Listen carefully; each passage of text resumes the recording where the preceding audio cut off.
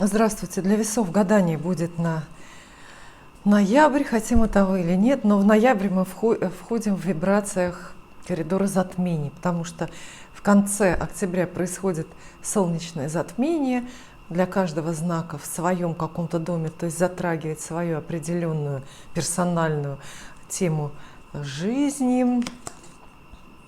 У весов солнечное затмение в конце октября случается во втором доме. Традиционно этот дом называют денежным, поэтому можно предположить, что, по крайней мере, начало ноября принесет вам много возможностей, так это назовем, возможностей в плане денег, в плане зарабатывания, ну и вообще в плане организации вашей финансовой жизни. Потому что второй дом – это все-таки не только зарплата и прибыли от вашего бизнеса, это еще и расходы и то, как доходы и расходы у вас соотносятся.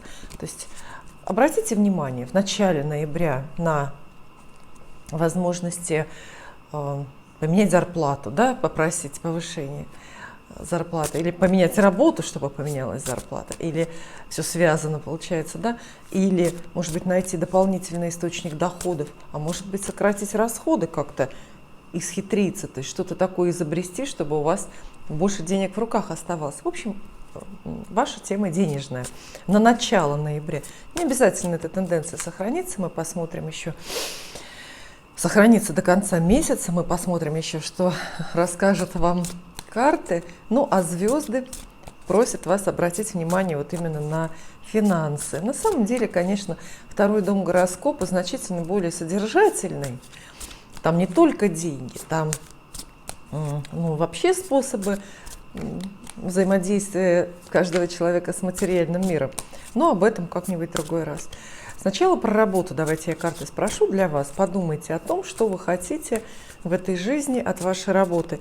Поменять ее, бросить, улучшить, наоборот, лучше с ней справляться. Хотите, чтобы больше было работы, или наоборот, чтобы она вас в покое оставила. Вот на все эти вопросы отвечают вам карты, которые автор называет классическое таро. Ну, может быть, в каком-то смысле это классическое таро. Две карты нам хватит вполне. Раз и два, чтобы разобраться с вашей работой. Ох! Достаточно кризисное время может оказаться у весов, вот именно в плане работы. Достаточно кризисное. Достаются вам две вот такие вот карты. Соседствуют друг с другом очень гармонично, но для них, для вас нет. Девятка жезлов – это карта героев. Она называется «Личная сила». То есть проверка на прочность вам предстоит. И карта башни, которую, наверное, вы все знаете, описывает какие-то противоестественные, внезапные разрушения. Поэтому, наверное, самый негативный сценарий для многих – это правда будет потеря работы и трудности, которые вызваны потерей работы. Ну, понятно, что трудностей много в таком случае, потому что как минимум приходится искать другую, да, вторую. Вот. Карты могут в такой паре описывать сам момент утраты работы или утраты, вообще занятия. Любое дело, любое занятие, которое вы называете работой, вот мы сейчас описываем, потому что для кого-то это может быть творчество, кто-то творчеством зарабатывает, для кого-то это бизнес очень индивидуальный, даже специфический. Ну, мы все называем здесь словом «работа». В общем, это ваши занятия. Вот так вот они выглядят. И карты дают советы очень понятные. Во-первых, вам нужно собрать силы, то есть вам нужно сконцентрироваться. Девятка жезлов очень на этом настаивает, очень вас просит. Вам нужно сконцентрироваться и вот прямо выложиться, что бы вам ни предстояло в плане работы, выложиться. То есть представьте, что вы на работу идете как на подвиг, планируете, как барон Мюнхгаузен, в 9 часов утра, каждый день подвиг, у вас в ежедневнике записано. И это обязательно принесет свои плоды. То есть время сейчас от вас требует каких-то вот очень-очень мощных таких вот усилий. А карта башни советует, естественно, все перемены и особенно потери и кризисы в этой теме благодарно и очень спокойно принимать, потому что поделать ничего нельзя. Вы знаете, старшие арканы все описывают события за границами вашего выбора и описывают события в моменте, когда вы уже ни на что не влияете. Чем легче вы вот эти вот перемены, а перемены в любом случае здесь происходят, чем легче вы их примете и чем легче согласитесь с ними, тем, конечно, быстрее ворота в новую жизнь у вас откроются. Но вообще в целом, конечно, ситуация может быть действительно довольно, ну не трагическая, драматическая. Ограничимся этим. То есть это невозможность идти вперед. Даже при вот этих усилиях, которые вы прилагаете, нет возможности идти вперед, нет возможности противостоять разрушениям или хотя бы их как-то отложить, хотя бы их сделать более какими-то мягкими для себя, менее разрушительными. То есть нечто, ну какая-то такая сила надчеловеческая. Здесь придворных карт нет, поэтому я вам не описываю каких-то врагов, вот, которые могут вмешаться в вашу профессиональную жизнь и что-то там разрушить. Нет, здесь скорее Вселенная против какого-то продолжения. Если вы ищете работу, планируете в ноябре просто найти работу, сейчас у вас ее нет, то, во-первых, продолжайте искать, потому что, конечно, девятка жезлов во всех случаях, есть результат или нет, она хочет, чтобы вы очень и очень старались. То есть ходите на собеседования, рассылайте резюме, старайтесь побеждать конкурентов и так далее. Ваши усилия все равно окупятся и все воздастся когда-нибудь, но может быть не теперь, не в этом месте. То есть это вот интересно, что карты эти две соседствуют, и здесь просматривается сюжет любой популярной сказки, потому что девятка жезлов – это некий путь рыцаря, который скачет с отвагой освобождать принцессу из башни. Представьте себе, и здесь башня как раз есть рядом. Вы можете себя отождествлять в этот период на работе, в рабочих делах, вот именно с этим самым рыцарем, который скачет с копьем наперевес, преодолевая холод, жару, и что там еще, ветер и так далее. То есть вот так вот. Какие-то трудности в бизнесе придется преодолевать вам, трудности. А самое интересное, что итог совершенно неизвестен. То есть удастся вам победить или нет. Но вы не должны на это смотреть. Вот, наверное, здесь некоторая двойственность есть. Но Вселенная вообще двойственна. И все имеет две стороны. Поэтому в целом время проверяет вас на прочность. Далее, а я поменяю карты. Я возьму вот другие карты. Золотое Таро они называются. А теперь вопрос про деньги для весов. Ну, логично предположить, что после работы, после беспокойства о работе, беспокойство о деньгах приходит. Тоже две карты. Ваша денежная жизнь. Раз. А, нет, это десятка. Два. Ну, легче ли от того, что это десятка? У нас была девятка жезлов, теперь я вам представляю вот десятку жезлов. Десятка жезлов – это все-таки немножко другое. То есть это более, ну, такой продвинутый, результативный вариант. Это продолжение какой-то девятки. Вот на работе, в бизнесе вы стараетесь и кидаетесь на подвиги каждый день, а результат в деньгах. Но с деньгами может быть довольно тяжело. Десятка жезлов – это карта гордецов, вообще-то называется. И она говорит о том, что вот, например, вы откажетесь сокращать расходы, несмотря на то, что потеряли работу.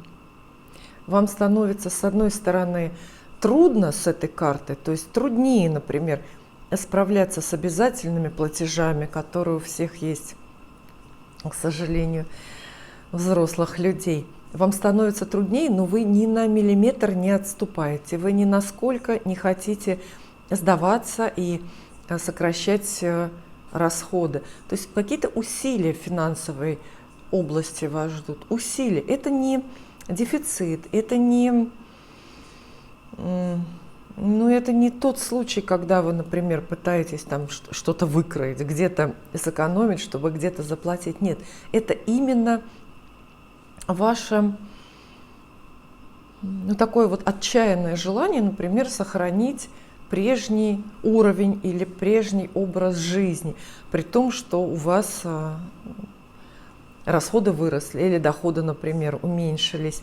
И можно сказать, что и совет этой карты тоже такой же. Опять стараться, кстати, потому что под десяткой жезлов, знаете, можно и нужно так стараться, чтобы даже, ну не знаю, спина заболела. Вот. А рядом карта жрица, совсем уж она не денежная, она никаких денежных сумм никогда не описывает.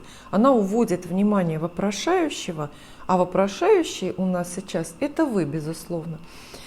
Уводит внимание вопрошающего в какую-то вот совершенно другую область, другую сферу. То есть не о деньгах речь. Поэтому вас ждут разговоры, события, явления, контакты, может быть, переживания около денежные, но более они затрагивают вопросы совести. Знаете, говорят иногда, вообще, когда появляются жрец или жрица в гаданиях на деньги, можно даже рискнуть и пожертвовать оставшееся и даже последнее в какой-нибудь благотворительный фонд. Карта это про благотворительность, про какие-то расходы, в которых вас никто не принуждает, но которые вы из соображений именно совести, духа своего как-то продолжаете и поддерживаете. С этими двумя картами мы видим такой своеобразный ваш портрет ноября. Вы стараетесь, абстрагироваться, что ли, как-то думать меньше о деньгах, сокращаете свои буквально какие-то шкурные, насущные интересы, мыслите масштабно, глобально, кому-то помогаете, расходуете деньги во многом не на себя, хотя вам при этом довольно может быть трудно. Знаете, по этим картам я например, вижу человека, который в лучшие времена, когда бизнес приносил хорошие прибыли, привык содержать, я не знаю, какой-нибудь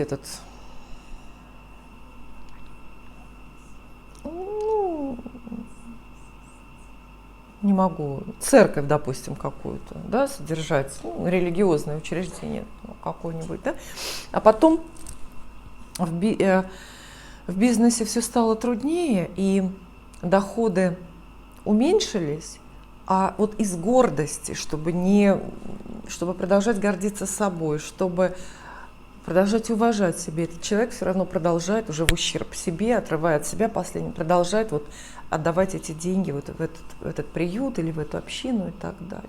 То есть настроение денежное в принципе такое. И я думаю, что для многих весов это хорошо, потому что такие мысли и именно такие старания будут вас отвлекать от привычных бытовых страданий о деньгах, когда вы страдаете о своем, когда вам не хватает буквально на, на сумку какую-нибудь 50-ю. Вот так. А теперь любовь. И про любовь, пусть нам расскажут такие карты. Веселые, немножко мультяшные иллюстрации здесь на Таро. Веселые картинки нисколько не умаляют ценности самой колоды и тем более ценности нашего с вами гадания. Подумайте, тема с работой и с деньгами получилась очень цельная, правда? Очень цельная. И, в общем, довольно весовская. Весы изначально не самые практичные люди, и уж тем более не самые жадные, уж тем более не самые корыстные и совсем-совсем не приземленные. Поэтому здесь, в общем, в этих картах Ваш характер, особенно вот в какое-то кризисное время, ваш характер просматривается. Ну, теперь любовь. Ваши романтические истории в это время.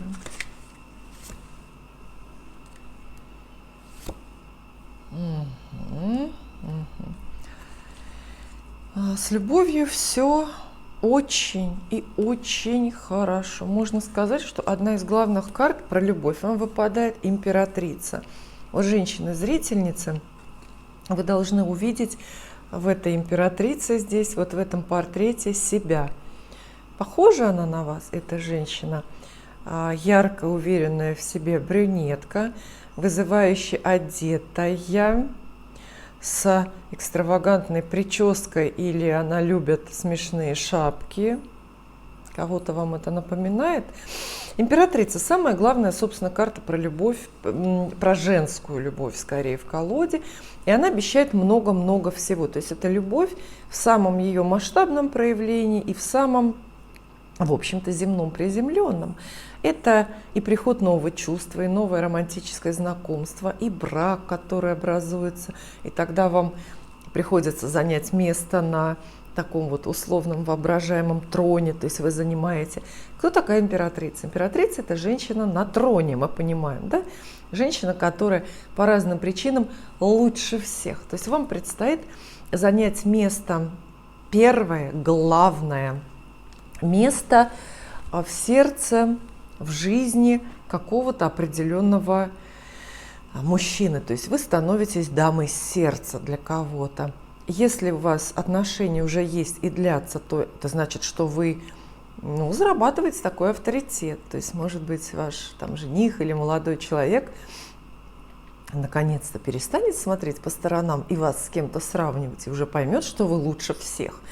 И вы какую-то доминирующую позицию в любви тут занимаете. А если вы одиноки, то, безусловно, императрица говорит, что вам предстоит женская реализация. Знаете, вот часто такие словосочетания используют и психологи, в том числе женское счастье, например. Вот. То есть вас ждет вот женское счастье или возможность, тоже спорное выражение, но здесь уместное, почувствовать себя женщиной. Это может быть и внимание многих мужчин, коллектива. Такое же тоже может иногда ошарашить, произвести впечатление, если вы выходите там куда-нибудь, я не знаю, на курсы на какие-нибудь пошли учиться, а там таким бешеным успехом пользуетесь, и прямо вот от комплиментов отбоя нету. То есть это вот момент, может быть, инициации даже какой-то женской, момент, когда расцветает ваша женственность. Это время, кстати, императрица имеет очень выразительные прикладные значения. Она говорит, что вы будете просто хорошо выглядеть. Купите пальто, которое идеально сидит и которое по-настоящему вас красит. Такие вещи редко попадаются, особенно эстетам весам. Вы пока не перероете там 200 экземпляров, ничего не выберете же себе. Вот. И это хорошее здоровье. Для многих, естественно, возможно забеременеть или родить ребенка, или, по крайней мере, уже задуматься о рождении ребенка. И шестерка жезлов, карта победителя, обещает вам какую-то определенную победу на любовном фронте. Опять же, я уже сказала, что вы становитесь единственной или главной женщиной где-то, может, в новом трудовом коллективе. Самая красивая, самая популярная, ослепительная. А может быть, действительно, для одного конкретно выбранного мужчины. И то хорошо, лучше, если и то с вами случится, да? И, кстати, взаимозаменяемые вещи, но об этом мы как-нибудь поговорим в другой программе. И шестерка, то есть это победа в конкурентной какой-то борьбе. У нас здесь маленький расклад, всего 2 карты, но саму борьбу мы не видим. Но, может быть, она предшествовала этим событиям. То есть была какая-то конкуренция, были другие женщины, были какие-то сомнения, а здесь вы побеждаете. Но это очевидный и такой очень фиксированный успех, шестерка жезлов. Успех, который не оспоривается. Он его замечают все, и все вас поздравляют, и никто не пытается как бы его обесценить, как бы удешевить этот ваш успех. Поэтому вот очевидный выигрыш какой-то вас ждет в любви. Ну, я так скажу, карты, как мне кажется, немножко нескромные, потому что, по-моему, любовь – это не… Ну, любовные отношения – это не то поприще, на котором стоит воевать, или уж тем более, бия себя в грудь, хвастаться, что это я там победила и так далее. Но, тем не менее, ситуация вот какая-то такая. Получение внимания, приход какого-то женского авторитета, реализация просто именно женских дел. Открытые, честные, какие-то очень-очень понятные карты. Поэтому если вы мечтаете о движении вашей личной жизни, то, пожалуйста, настройтесь. Кстати, подсказка. Вот, две подсказки похожие. У вас в гадании на деньги жрица выпала, а в гадании на любовь императрица. Обе карты – это собирательные образы женских энергий. То есть что? Это такое время, когда вам особенно надо быть женщиной или особенно женственной. Что такое женственность? Для каждого это свое, но мне кажется, в основном, с точки зрения карт, конечно, женственность – это мудрость, это умение использовать интуицию, смотреть в корень событий, это умение, может быть, даже и молчать, где надо. А еще женственность – это умение хорошо и женственно выглядеть. Например, носить юбки и каблуки. Это очень помогает. Вот так. Далее дом и семья, родственники, ваша квартира, недвижимость и так далее. Две карты. Раз. Вот мы все-таки все женские карты сегодня достаем. Понятно, что мои гадания преимущественно для женщин, потому что 93% зрителей моего канала женщины. Но здесь как-то тема женской жизни или тема женственности очень, очень активно продвигается. Ну и вместе эти две карты, королева жезлов и восьмерка кубков, говорит вам, о том, что вам придется отказаться от какого-то дела, связанного с вашим домом, квартирой, недвижимостью. Отказаться. Конец, провал какого-то плана. Я так настойчиво и жестоко вам это сообщаю, но как раз специально для того, чтобы вы были готовы. Именно в ноябре вам придет вот это знание, придется понять, что что-то дальше тащить невозможно вам и не нужно. Лишние расходы, связанные с недвижимостью, например, или лишние эмоциональные расходы, совершенно такие неоправданные эмоциональные расходы на семью, например, на взаимоотношения с каким-то человеком, с которым вы пытаетесь строить семью. То есть восьмерка кубков, конечно, карта нехорошая. И она описывает момент очень глубокого разочарования, когда вы прощаетесь с чем-то, во что очень сильно вложились и от чего многого ждали. Это может быть и сделка, связанная с недвижимостью, например, которая у вас долго-долго готовилась, и вы потратили уже и деньги какие-то, потратили и нервы, потратили массу времени. Тут в последний момент вся эта история тщательно выстроена, рассыпается, и вам остается только развести руками.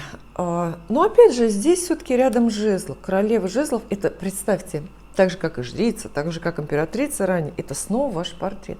Вы все равно должны оставаться деловой и бойкой женщиной, которая и дом, и семью, и семейные возможности, и семейные отношения держит в руках, чтобы на смену вот этому несостоявшемуся мероприятию, что ли, или успеху какому-то домашнему, пришел новый. Бодрость духа и какой-то энтузиазм в трудностях вам в любом случае пригодятся. Я вас благодарю за то, что вы посмотрели это гадание. И увидимся.